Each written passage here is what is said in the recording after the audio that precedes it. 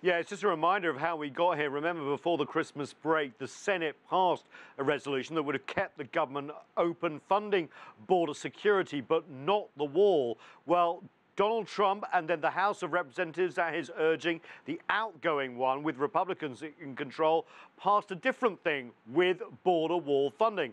So with no agreement and no consensus, the government shut down. Now, back to work today in Washington, politicians coming back who are being paid, basically trying to find a way through at the White House. And Donald Trump saying, at least in front of the cameras, he wants his over $5 billion for the wall and will keep the government shut down if he doesn't get it. The $5.6 billion is such a small number. Literally, it's a month. It's 1 month in Afghanistan. And we're talking about national security. This isn't just a border. This is national security. This is health and wellness. This is everything. So where do we go from here? Well, there was a closed-door meeting in the Situation Room with President Trump and the Democratic leadership of both the House and Senate. Remember, the House of Representatives goes into Democratic control on Thursday here, so that's important.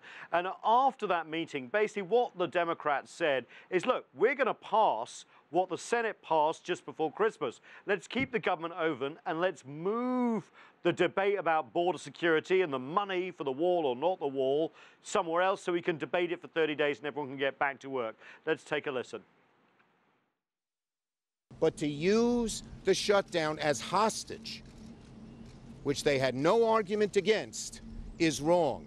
And we would urge them respectfully to reconsider and support these bills, which are bipartisan, one of which Mitch McConnell proposed, open up the government as we continue to debate what is the best way to secure our border. So what do we expect next, Mike? Well, we're going to get that vote, it looks like, in the House of Representatives on the Senate package that was passed in December in the next 24 hours. After that moves, it probably won't be accepted by the new Senate because the president says he won't sign it. So someone's got to blink here. What we do know is there are talks scheduled at the White House again for Friday with the leaders that you just saw. But at the moment, no real sign of a breakthrough. But we do have real people throughout the United States who are impacted, the shutdown impacting U.S. government workers and those who rely on the government for assistance. Although, as I said, not the politicians. They get paid, amazingly, while all this goes on. But you're absolutely right. 800,000 federal workers either at home without pay or working without pay. They will get paid back once the government reopens, but still, can you do without a paycheck for a couple of weeks? And also think of all the contractors that rely on government contracts. They're not even getting hired. You see these pictures here? Look, that's the National Zoo. You see the panda picture there? The panda cam on the famous Washington Zoo has been turned off.